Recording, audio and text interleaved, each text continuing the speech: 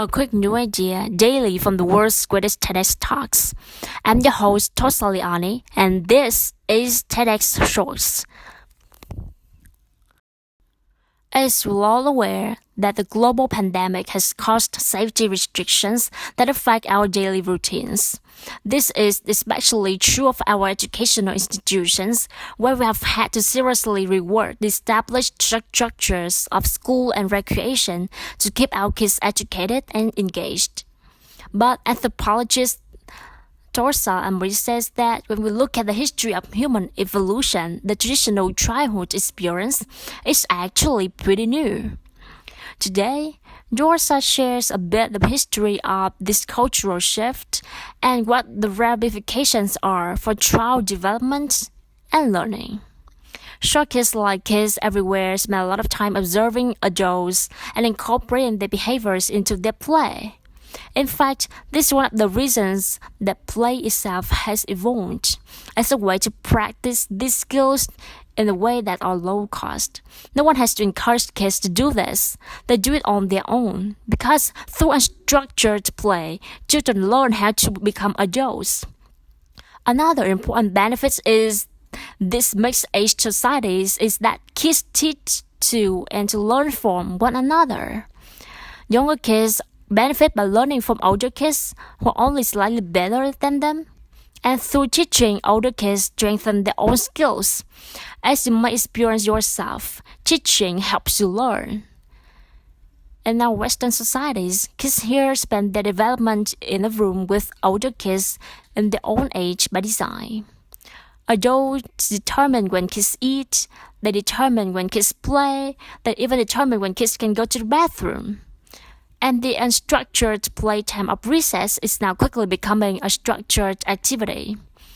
A strange byproduct of all this micromanaging is that we're teaching kids things that they don't even need to be taught. Kids don't need to be taught how to play. They don't even need to be taught how to talk. Really, you don't have to point to an apple and say, "This is an apple."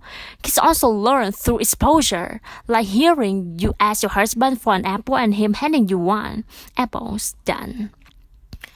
When we take away unstructured play, we are in fact taking away the training wheels to adulthood that children have had for millennia. We are contributing to an increasingly mismatched environment. What's more, instead of letting kids develop foundational skills like problem solving, we are flipping to the back of the book to show them the answers. But that leaves them unprepared for all the new problems they are going to face. This may be one of the reasons why the transition to college is so difficult for kids here, or why choosing a career path can feel so daunting. There is very little space to explore. The lesson is not that we should go back to living like foragers or think that whatever is natural is what we should do. That's the naturalistic fallacy. But we should benefit from taking a broader perspective and understanding how our evolutionary history has shaped the way our minds develop. We all want the best for our kids.